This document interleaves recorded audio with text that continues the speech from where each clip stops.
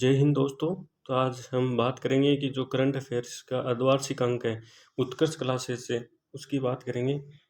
इस वीडियो में जानेंगे कि मतलब इस बुक में क्या क्या है, जो भी है एक एक पार्ट वाइज इस बुक को हम कंप्लीट करेंगे। तो देखिए, ये है जनवरी 2022 से जून 2022 तक जो उत्कर्ष क्लासेस की जो बुक प्रोवाइड करवाई है। हालांकि ये ऑफलाइन उपलब्ध है, तो इसमें हम इस वीडियो के थ्रू जानेंगे, इसे एक एक लाइन दर लाइन पढ़ते जाएंगे। तो पहले तो इसमें देख लेते हैं कि मतलब क्या क्या है अनुक्रमिका में। वर्तमान पदाधिकारी है भारतीय राज्य एवं केंद्र शासित प्रदेश के मुख्यमंत्री एवं राज्यपाल। राष्ट्रीय एवं अंतर्राष्ट्रीय परिदृश्य, आर्थिक परिदृश्य, विज्ञान एवं प्रौद्योगिकी, पर्यावरण एवं पारिस्थितिकी, खेल खिलाड़ी, राष्ट्रीय अंतर्राष्ट्रीय नियुक्तियां, सूचकांक एवं रिपोर्ट, सम्मान एवं पुरस्कार। और नीचे देखें योजनाएं, कार्यक्रम, अभियान, सम्मेलन, अभ्यास, मेला और ऐप और पोर्टल, पुस्तक एवं लेखक, चर्चित व्यक्तित्व, निधन दिवस एवं उनकी थीम, भारत सरकार की योजनाएं, कार्यक्रम, आर्थिक सर्वेक्षण 2021-22 एवं केंद्रीय बजट 22-23। जो केंद्रीय बजट है 22-23 का, वो भी इंक्लूड है इसमें।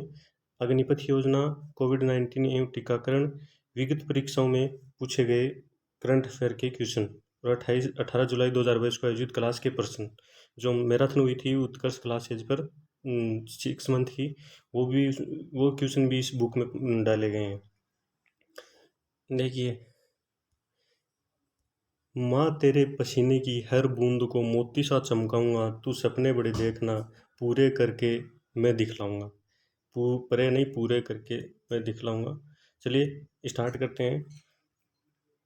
हम प्रमुख संवैधानिक पदाधिकारी राष्ट्रपति के नाम का है कि मतलब कॉलम दिया हुआ है, जो मतलब बुक जो पब्लिश हो रही थी उस टाइम पर राष्ट्रपति के चुनाव थे, उसका रिजल्ट नहीं आया था। हालांकि अब आ गया है कि राष्ट्रपति श्रीमती द्रौपदी मुर्मू जी हैं।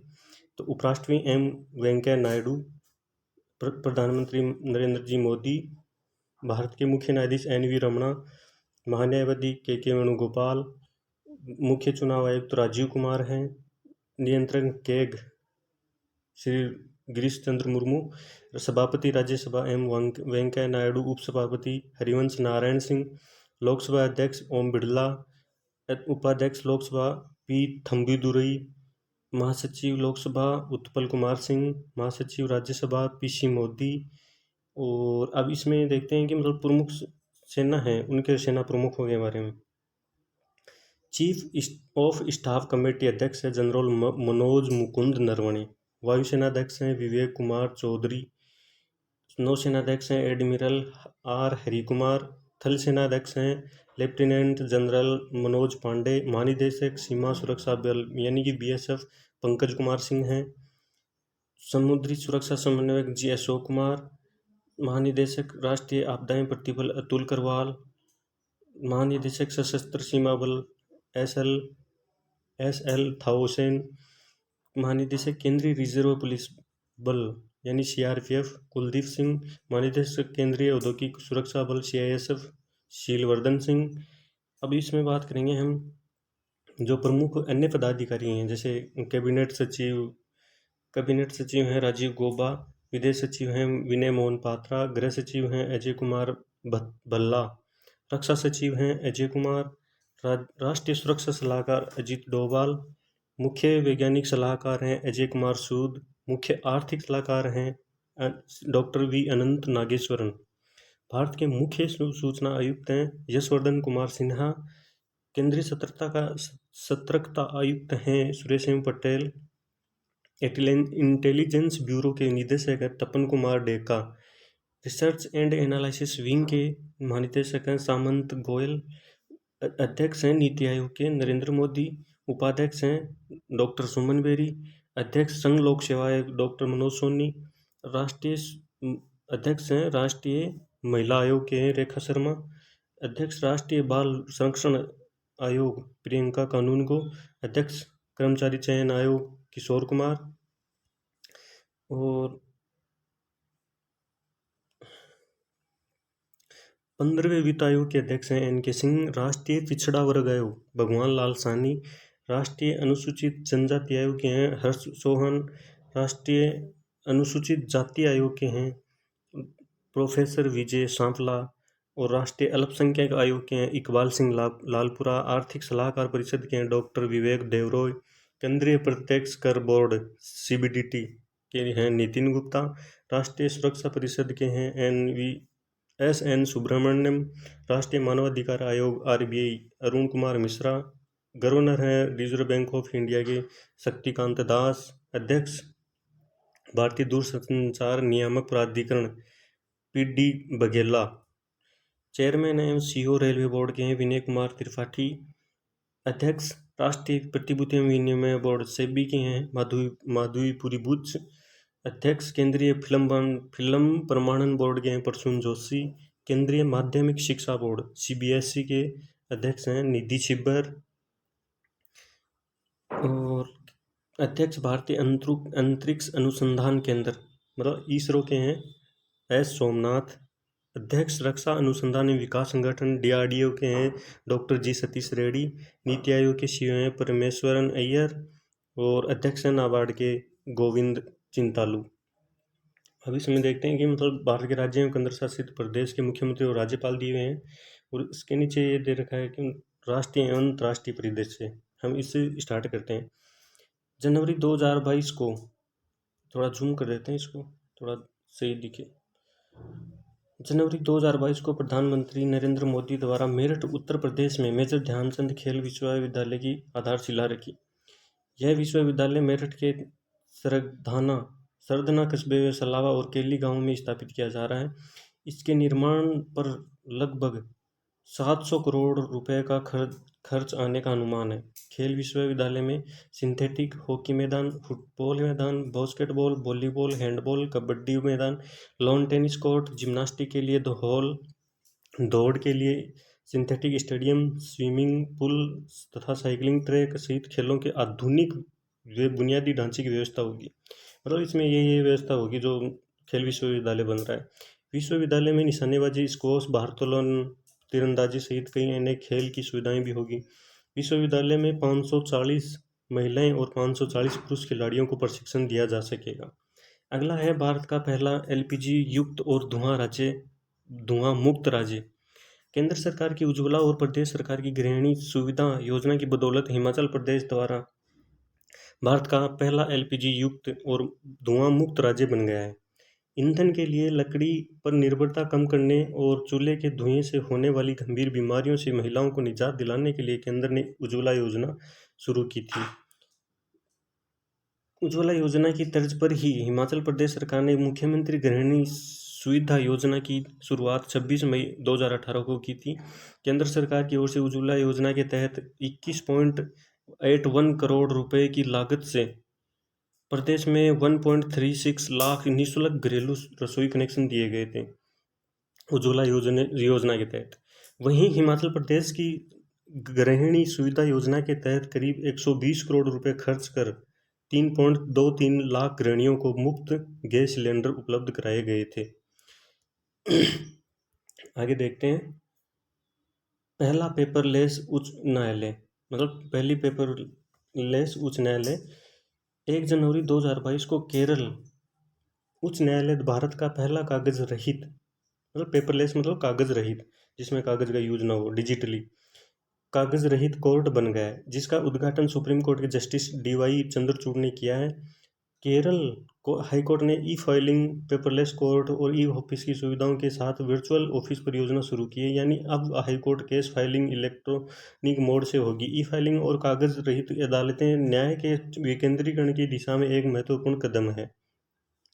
न्यायालय एक सेवा है जो राज्य द्वारा अपने सभी नागरिकों को प्रदान की जाती है। केरल उच्च न्यायालय की पहली हमारे सभी नागरिकों के दरवाजे पर इस सेवाएं देने की आवश्यकता पर जोर देती है। ये देखिए, हार्टफुलनेस इंटरनेशनल योग अकादमी 3 जनवरी 2022 को केंद्रीय आयुष मंत्री सर्बानंद सोनोवाल, केंद्रीय आयुष मंत्री कौन है? सर्बानंद सोनोवाल ने हैदराबाद तेलंगाना में हार्टफुलनेस इंटरनेशनल योग अकादमी की आधारशिला रखी। हार्टफुलनेस इंटरनेशनल योग अकादमी में ऐसे योग कक्ष हैं जिसमें से प्रत्येक कक्ष में योग की शिक्षा प्राप्त करे 100 छात्र आ सकते हैं। मतलब योग यूनिवर्सिटी है, जो योग यूनिवर्सिटी नहीं अकादमी है, हैदराबाद में खुली है, जिसका मतलब आधारशिला है वो केंद्रीय आयुष मंत्री हैं सर्बानंद सोनोवाल ने रखी हैं। चिकित्सीय परामर्श के लिए योग कक्ष, प्रत्येक छात्र को अलग से प्रशिक्षण के लिए स्थान या छोटे समूह की कक्षाएं, प्रसव पूर्व योग के लिए कक्ष, 200 लोगों की बैठक क्षमता वाला एक व्याख्यान कक्ष के अतिरिक्त अन्य गतिविधियों के लिए भी कक्ष भी है। आगे है विश्व की सबसे लंबी मेट्रो रेल लाइन। चीन के शंघाई प्रांत में विश्व की सबसे लंबी मेट्रो रेल लाइन का उद्घाटन किया गया है। मतलब चीन के शंघाई प्रांत में बन रही है जो विश्व की सबसे लंबी मेट्रो रेल लाइन होगी। इसके साथ ही शंघाई में मेट्रो नेटवर्क की कुल लंबाई 831 किलोमीटर हो गई है। यह विश्व भर में सबसे लंबा मेट्रो नेटवर्क बन गया है। अब शंघाई में 20 मेट्रो लाइनें और 508 स्टेशन हैं।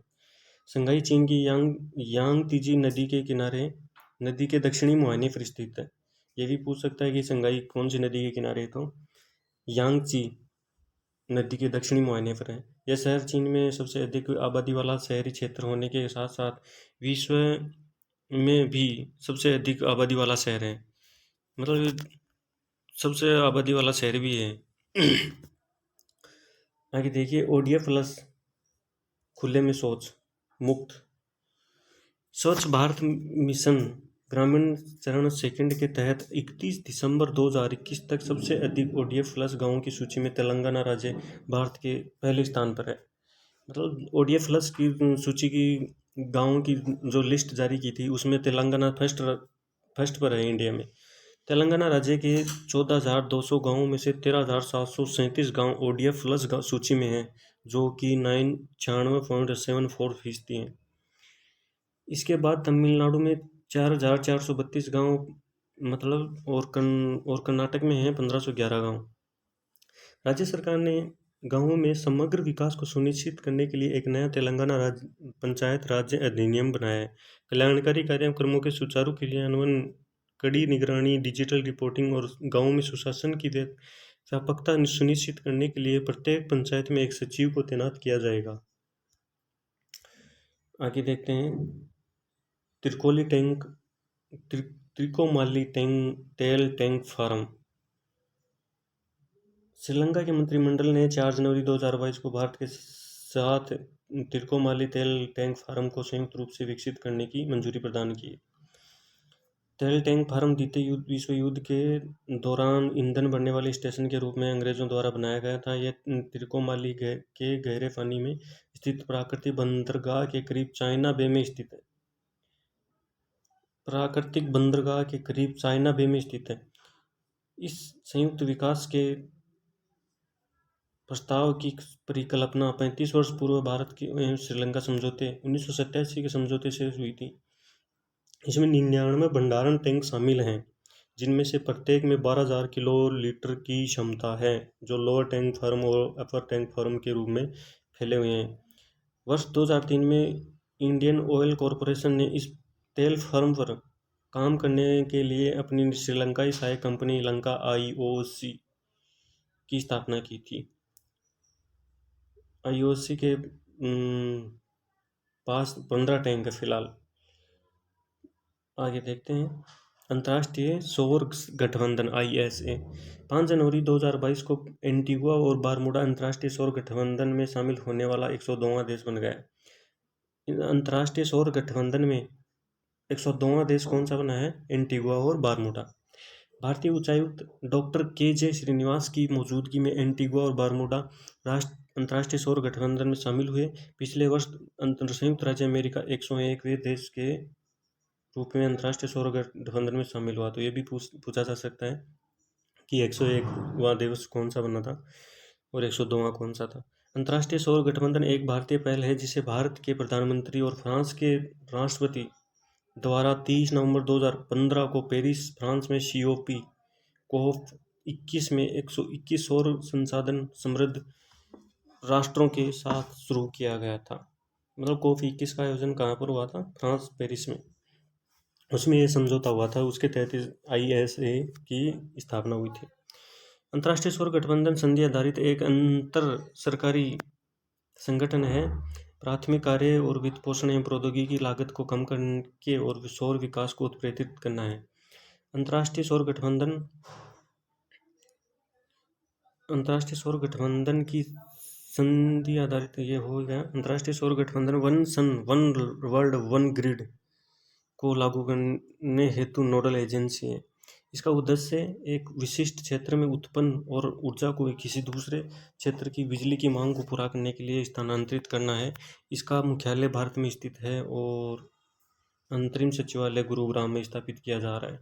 मतलब इसका भारत में मुख्यालय कहाँ स्थापित किया जा रहा है? गुरुग्राम में, गुरुग्राम हरियाणा में। Cyber security startup simplify. Alphabet के स्वामित्व वाली गूगल ने 4 जनवरी 2022 को कंपनी की क्लाउड डिवीजन ने Israeli cyber security startup simplify का अधिग्रहण किया। सिंपलीफाई आमोस स्टर्न के नेतृत्व वाला स्टार्टअप है। एक अनुमान के तहत गूगल ने सिंपलीफाई के लिए लगभग $500 मिलियन का नकद भुगतान किया। Israeli cyber security startup simplify security के साथ ऑटोमेशन और रिस्पॉन्स सॉल्यूशन प्रोवाइड करती है। इसमें ये पूछा जाएगा कि साइबर सिक्योरिटी स्टार्टअप सिंपलीफाई किसके द्वारा स्टार्ट किया गया? तो गूगल के द्वारा किया गया था और इसकी राशि पूछ लेगा कि मतलब $500 मिलियन। और ये है ओपन रॉक संग्रहालय। केंद्रीय मंत्री जितेंद्र सिंह ने 6 जनवरी 2022 को हैदराबाद तेलंगाना में भारत के पहले ओपन रॉक संग्रहालय का उद्घाटन किया। ओपन रॉक म्यूजियम कई कम ज्ञात तथ्यों के बारे में जनता को शिक्षित और सूचित करने के उद्देश्य से स्थापित किया गया। इसमें भारत के विभिन्न हिस्सों से लगभग 35 विभिन्न प्रकार की चट्टानें हैं जिनकी उम्र 3.3 अरब वर्ष से लेकर पृथ्वी के इतिहास के लगभग 5.5 अरब करोड़ वर्ष तक है। ये चट्टानें पृथ्वी की सतह से 175 किलोमीटर की दूरी तक पृथ्वी के सबसे गहरे हिस्से का प्रतिनिधित्व करती हैं।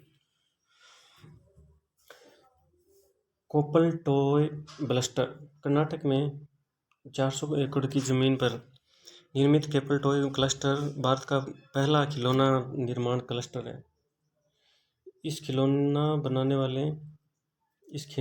बनाना, उपकरण बनाना, पैकेजिंग का उत्पादन, इलेक्ट्रॉनिक्स विकसित करना, पेंट बनाना और अन्य सभी प्रकार की खिलौना निर्माण सामग्री शामिल है। टॉल क्लस्टर में विशेष आर्थिक क्षेत्र में 100 छोटी और बड़ी निर्माण इकाइयाँ होंगी। इसमें कितनी इकाइयाँ होंगी? 100 छोटी और बड़ी, कुल मिला के 100 इकाइयाँ स्थापित की जाएंगी। यह क्लस्टर 4,000 करोड़ रुपए का निवेश आकर्षित कर सकता है।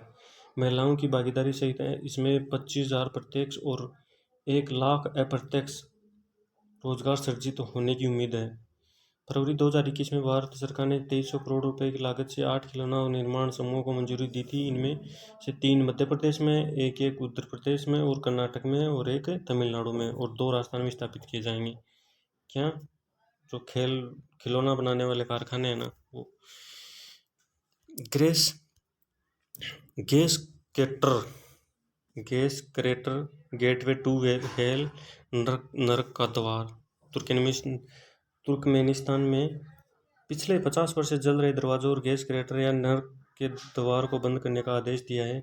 अब तुर्कमेनिस्तान दरवाजा गैस क्रेटर में लगी आग को बुझाने और इस गड्ढे को बंद करने का प्रयास करेगा। तुर्कमेनिस्तान की राजधानी है अशगाबाद से लगभग 260 किलोमीटर दूर कराकोरम पाकिस्तान में स्थित यह क्रेटर पिछले 50 सालों से जल रहा है। ये पूछ लेगा कि ये गैस क्रेटर है वो कौन से देश में है? तुर्कमेनिस्तान में। बस यही दिया है इसमें। आगे देखते हैं ब्लू बुक। 5 जनवरी 2022 को प्रधानमंत्री नरेंद्र मोदी का काफिला पंजाब के हुस्नीवाला में राष्ट्रीय शहीद स्मारक से लगभग 30 किलोमीटर दूर एक फ्लाईओवर पर 15-20 मिनट के लिए कुछ प्रदर्शनकारियों के कारण ठहर गया, जो कि प्रधानमंत्री की सुरक्षा में एक बड़ी चूक बताई गई। प्रदर्शनकारियों को लेकर खुफिया इनपुट मिलने के बावजूद पंजाब पुलिस ने ब्लू वीक नियमों के तहत पालन नहीं किया। ब्लू बुक एक तरह से गाइडलाइन का समूह है जिसमें किसी भी वीआईपी की सुरक्षा को लेकर फॉलो किए जाने वाले नियमों को जानकारी लिखी होती है। हालांकि प्रधानमंत्री की सुरक्षा की जिम्मेदारी एसपीजी के पास है और एसपीजी की ब्लू बुक के हिसाब से ही पीएम सिक्योरिटी का ख्याल रखा जाता है। इस ब्लू बुक में पीएम सिक्योरिटी में फॉलो की जाने वाली गाइडलाइन की पूरी जानकारी लिखी है। उसमें हिसाब से ही प्रोटोकॉल तय होता है। मतलब ये ब्लू बुक वो है जो मतलब जिसमें किसी वीवीआईपी पर्सन की सिक्योरिटी के बारे में बताया गया है, उसमें जो भी प्रोटोकॉल्स हैं उनके बारे में। इसी तरह एक येलो बुक भी होती है। येलो बुक में क्या है कि ब्लू बुक के अतिरिक्त एक येलो बुक भी होती है जिसमें वीआईपी, वो था वीवीआईपी, ये है वीआईपी।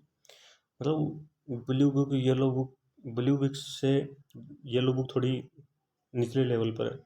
सांसदों और मंत्रियों को किस तरह से सुरक्षा दी जाएगी और उनकी सिक्योरिटी में क्या इंतजाम किए जाएंगे, इसकी जानकारी येलो बुक में होती है, जबकि ब्लू बुक में प्रधानमंत्री लेवल पे। सुधीर कुमार सक्सेना कमेटी। गृह मंत्रालय ने प्रधानमंत्री मोदी की पंजाब यात्रा के दौरान सुरक्षा व्यवस्था में गंभीर चूक की जांच के लिए 3 सदस्यीय समिति का गठन किया है, जिसकी अध्यक्षता कैबिनेट सचिवालय के सचिव सुधीर कुमार सक्सेना ने की थी। इसमें बलवीर सिंह आईबी के निदेशक हैं और सुरेश कुमार है जो आईजी एसपीजी में शामिल हैं। इंदु मल्होत्रा कमेटी। यह है सुप्रीम कोर्ट ने प्रधानमंत्री की पंजाब यात्रा के दौरान हुई सुरक्षा चूक की जांच के लिए जिसकी इस समिति के अध्यक्ष इंदु मल्होत्रा को बनाया गया है। मतलब इस कमेटी का नाम इंदु मल्होत्रा है, तो इसके अध्यक्ष कौन होंगे? इंदु मल्होत्रा। वह पहली ऐसी महिला अधिवक्ता थी जो वकील से सीधे सुप्रीम कोर्ट की न्यायाधीश बनी थी। इंदु मल्होत्रा इम्पोर्टेंट नाम है। भारत की पहली मोबाइल हनी प्रोसेसिंग वैन। 7 जनवरी 2022 को खाद्य और ग्रामोद्योग आयोग KVIC के अध्यक्ष विनय कुमार सक्सेना ने उत्तर प्रदेश के गाजियाबाद जिले के चिरौरा गांव में भारत की पहली mobile honey processing van launch की। मोबाइल वैन को KVIC द्वारा अपने बहुविषयक प्रशिक्षण केंद्र पंजो के हेरा में 15 लाख रुपए की लागत से इन हाउस डिजाइन किया गया है। यह मोबाइल शहद प्रसंस्करण इकाई 8 घंटे में 300 किलोग्राम शहद तक संशोधित कर सकती है। वैन में एक परीक्षण प्रयोगशाला भी है जो तुरंत शहद की गुणवत्ता की जांच करेगी। मोबाइल हनी प्रोसेसिंग वैन का उद्देश्य शहद उत्पादन के माध्यम से मीठी क्रांति के अनुरूप मधुमक्खी पालकों को प्रशिक्षण प्रदान करना, किसानों को मधुमक्खी के बक्से वितरित करना तथा ग्रामीण शिक्षित और बेरोजगार युवाओं को मधुमक्खी पालन गतिविधियों के माध्यम से अतिरिक्त आय अर्जित करने में मदद करना है। खाद्य और ग्रामोद्योग आयोग अधिनियम 1956 के तहत स्थापित एक वैधानिक निकाय है। यह सूक्ष्म, लघु और मध्यम उद्यम मंत्रालय ने के अधीन कार्य करता है। इस आयोग ने वर्ष 2017-18 में हनी मिशन कार्यक्रम शुरू किया। हनी मिशन मतलब शहद वाला। जनरल विपिन रावत सैनिक स्कूल। भारत के प्रथम chief of defence staff general Vipin Rawat को श्रद्धांजलि अर्पित हेतु उत्तर प्रदेश के मुख्यमंत्री योगी आदित्यनाथ ने मैनपुरी में, मतलब ये स्कूल है जो कहाँ है? मैनपुरी यूपी में, जिसका नाम बदलकर जनरल विपिन रावत सैनिक स्कूल करने की घोषणा की। प्रधान सुरक्षा अध्यक्ष जनरल विपिन सिंह रावत, उनकी पत्नी मधुलिका रावत और सेना के 12 अन्य अधिकारी गत 8 दिसंबर 2021 को तमिलनाडु के कुन्नूर के पास हुई हेलीकॉप्टर दुर्घटना में शहीद हो गए। मैनपुरी स्थित सैनिक स्कूल की शुरुआत 1 अप्रैल 2019 को हुई थी और उत्तर प्रदेश सरकार और रक्षा मंत्रालय के बीच 30 अप्रैल 2015 को हुए एक समझौते के आधार पर इस स्कूल की स्थापना की गई थी। 15 से 18 वर्ष की आयु वर्ग के बच्चों को टीकाकरण करने वाला भारत का पहला राज्य है केंद्र शासित प्रदेश। 15 से 18 वर्ष की आयु वर्ग के बच्चों का लक्षद्वीप ने 15 से 18 वर्ष की आयु के सभी पात्र बच्चों का टीकाकरण कर दिया है। इसके साथ ही लक्षद्वीप सभी केंद्र शासित प्रदेशों और राज्यों में यह उपलब्धि हासिल करने वाला भारत का पहला केंद्र शासित प्रदेश बन गया है।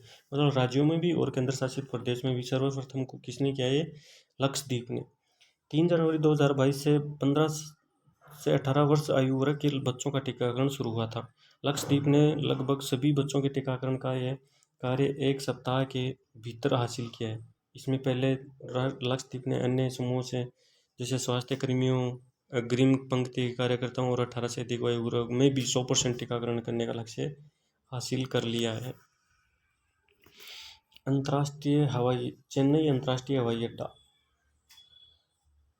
चेन्नई अंतर्राष्ट्रीय हवाई अड्डा विश्व के शीर्ष 10 बड़े हवाई अड्डों में से एक है, जो समय पर प्रस्थान सुनिश्चित करता है। मतलब आवागमन के जो निश्चित टाइम है ना, उसको सुनिश्चित करता है।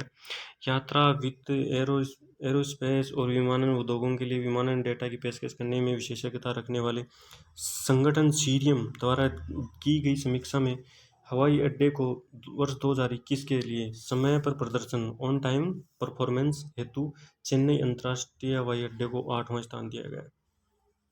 चेन्नई एयरपोर्ट भारत का छठा सबसे व्यस्तम हवाई अड्डा है। तो भारत का सबसे ज़्यादा व्यस्तम हवाई अड्डा कौन सा है, आप कमेंट करके ज़रूर बताएं। विश्व में पहले 3 स्थान पर संयुक्त राज्य अमेरिका के मियामी हवाई अड्डा, जापान का फुकुओका हवाई अड्डा और हानेडा हवाई अड्डा है। विश्व का सबसे बड़ा राष्ट्रीय ध्वज। 15 जनवरी 2022 को सेना दिवस के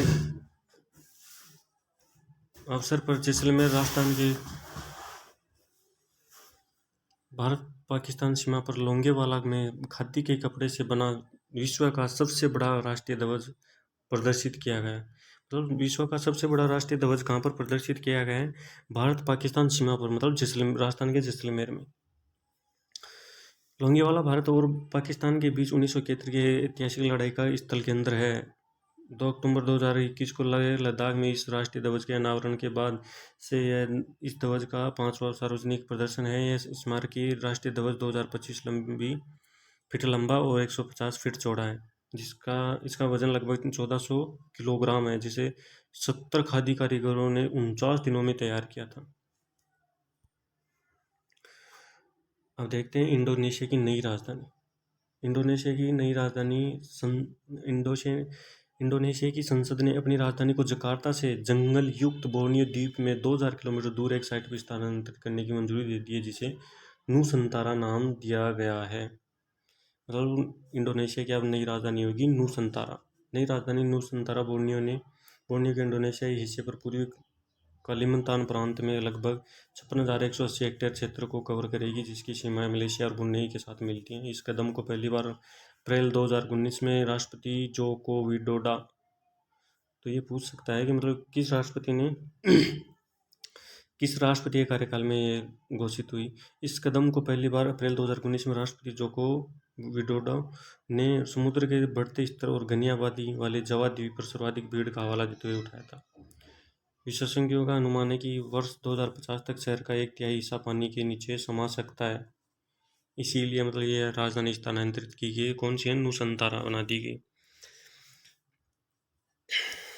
पहला ग्राफीन नवाचार केंद्र। डिजिटल यूनिवर्सिटी केरल और centre for material for electronics technology के सहयोग से 86.41 करोड़ रुपए में भारत का पहला ग्राफीन नवाचार केंद्र केरल में स्थापित किया जाएगा।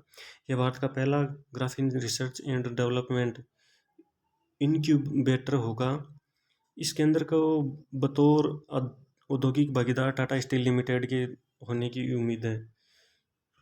इस परियोजना को भारत के इलेक्ट्रॉनिक्स और सूचना प्रौद्योगिकी मंत्रालय से मंजूरी मिल गई है। केरल सरकार के सहयोग से की जाने वाली इस पहल से राज्य के ज्ञान उद्योग क्षेत्र को तेजी से बढ़ने में मदद मिलने की उम्मीद है। DUK के डॉक्टर AP जेम्स और CMET की डॉक्टर ए सीमा परियोजना के मुख्य जांचकर्ता होने के साथ ही इसका नेतृत्व भी करेंगे। कार्बन के एक रूप ग्रेफाइट से बने ग्राफीन एक अणु की मोटाई वाली सामान्य कार्बन की एक पतली परत है। पहली पैरा बैडमिंटन अकादमी। भारत की पहली पैरा बैडमिंटन अकादमी लखनऊ उत्तर प्रदेश में स्थापित की गई है। यह सेट ऑफ स्टेट की D France stadium Paris France में होने वाले वर्ष 2024 में पैरा ओलंपिक में भारत की पदक संभावना में सुधार करेगा। बैडमिंटन सेंटर को भारतीय पैरा बैडमिंटन के मुख्य राष्ट्रीय कोच गौरव खन्ना ने एजेस फेडरल लाइफ इंश्योरेंस के सहयोग से लॉन्च किया है। राष्ट्रीय स्टार्टअप दिवस। भारत के राष्ट्र स्टार्टअप इकोसिस्टम को बढ़ावा देने के लिए प्रधानमंत्री नरेंद्र मोदी ने 16 जनवरी को राष्ट्रीय स्टार्टअप दिवस मनाने की घोषणा की है। 16 जनवरी को स्टार्टअप दिवस। North east on vehicles. संस्कृति और विदेश राज्य मंत्री मीनाक्षी लेखी ने 13 जनवरी 2022 को नई दिल्ली में एक मोटरसाइकिल अभियान नॉर्थ ईस्ट ऑन व्हीकल्स की शुरुआत की है। संस्कृति मंत्रालय और अमेजिंग नमस्ते फाउंडेशन ने संयुक्त रूप से इस अभियान का आयोजन किया। आज़ादी का अमृत महोत्सव के तहत 8 से 16 अप्रैल 2022 के बीच नॉर्थ ईस्ट ऑन व्हीकल अभियान कार्यक्रम आयोजित किया गया। इस अभियान के लिए पूरे देश से 75 बाइकर्स का चयन किया गया है, क्योंकि मतलब आज़ादी को 75 साल हैं, तो यहाँ पर 75 बाइकर्स को शामिल किया है, जो समूह के 6 समूहों में यात्रा करते हुए उत्तर पूर्व में लगभग 9000 किलोमीटर की दूरी तय की।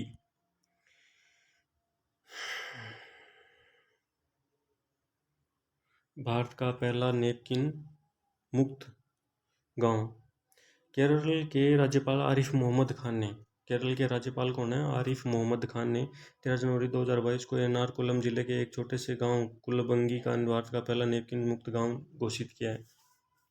इससे पूर्व इस गांव ने भारत के पहले मॉडल पर्यटन गांव के रूप में भी प्रशंसा प्राप्त की थी। यह कदम पहल का एक हिस्सा है, जिसे HLL प्रबंधन अकादमी और इंडियन ऑयल कॉरपोरेशन की थिंगल योजना के तहत एर्नाकुलम संसदीय क्षेत्र में लागू किया गया है। अवलकाई पहल के तहत कुंबलंगी गांव में 18 वर्ष से अधिक उम्र की महिलाओं के 5,000 मेंस्ट्रुअल कप वितरित किए गए। Air India. 27 जनवरी 2021 को केंद्र सरकार ने एयर इंडिया को टाटा सन्स को सौंप दिया है। मतलब एयर इंडिया का विलय वापस टाटा सन्स में हो गया है। इससे ऋण में डूबी एयर इंडिया के हस्तांतरण की प्रक्रिया पूरी हो गई है। इसके साथ ही टाटा समूह के नए एयरलाइन के राष्ट्रीयकरण के 69 वर्ष बाद एयर इंडिया का स्वामित्व हासिल कर लिया है। मतलब पहले भी एयर टाटा सन्स के पास ही थी, अब वापस टाटा सन्स के पास आ गई है। टाटा सन्स की पूर्ण स्वामित्व वाली सहायक कंपनी टेलेस प्राइवेट लिमिटेड को एयर इंडिया और एयर इंडिया एक्सप्रेस के 100% इक्विटी शेयर मिले हैं। एयर इंडिया AIXL के साथ मुख्य रूप से घरेलू अनुसूचित हवाई यात्री परिवहन सेवा, एयर कार्गो परिवहन सेवाएं और अंतर्राष्ट्रीय अनुसूचित हवाई यात्री परिवहन सेवा प्रदान करने के व्यवसाय में पुकारे रहते हैं। Air India SATS airport services Delhi, Hyderabad, Mangaluru और तिरुवनंतपुरम के हवाई अड्डों पर ग्राउंड हैंडलिंग सेवाएं प्रदान करने के अलावा बेंगलुरु हवाई अड्डे पर कार्गो हैंडलिंग सेवाएं भी प्रदान करती हैं। एयरलाइन की स्थापना वर्ष 1932 में टाटा एयरलाइंस के रूप में हुई थी।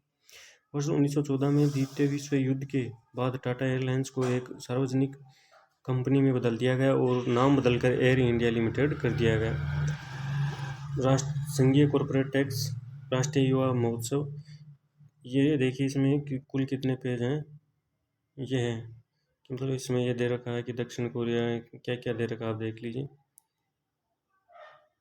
बौद्ध संस्कृति विरासत स्थल, राष्ट्रीय मानवाधिकार आयोग, पूर्वोत्तर पहली गाय, भारत का पहला वन्य जीवों को कानूनी अधिकार देने वाला पहला देश। ये सारे टॉपिक इसमें इंक्लूड किए गए हैं। मतलब जो इम्पोर्टेंट है सब कुछ इसमें है, तो हम इसको पार्ट बाई सब कंप्लीट करेंगे। तो ये थी बुक का पहला वीडियो। तो पसंद आए तो ज़रूर लाइक और शेयर सब्सक्राइब करना। हाँ, इस वीडियो में इस चैनल पर आपको हर ये बुक है जो मतलब पूरी मिलेगी, इसका पूरा मतलब पूरा पढ़ाया जाएगा इस पर। तो हमसे जुड़े रहने के लिए चैनल को सब्सक्राइब करें, लाइक ज़रूर करें और शेयर ज़रूर करें। Thank you. जय हिंद, जय भारत।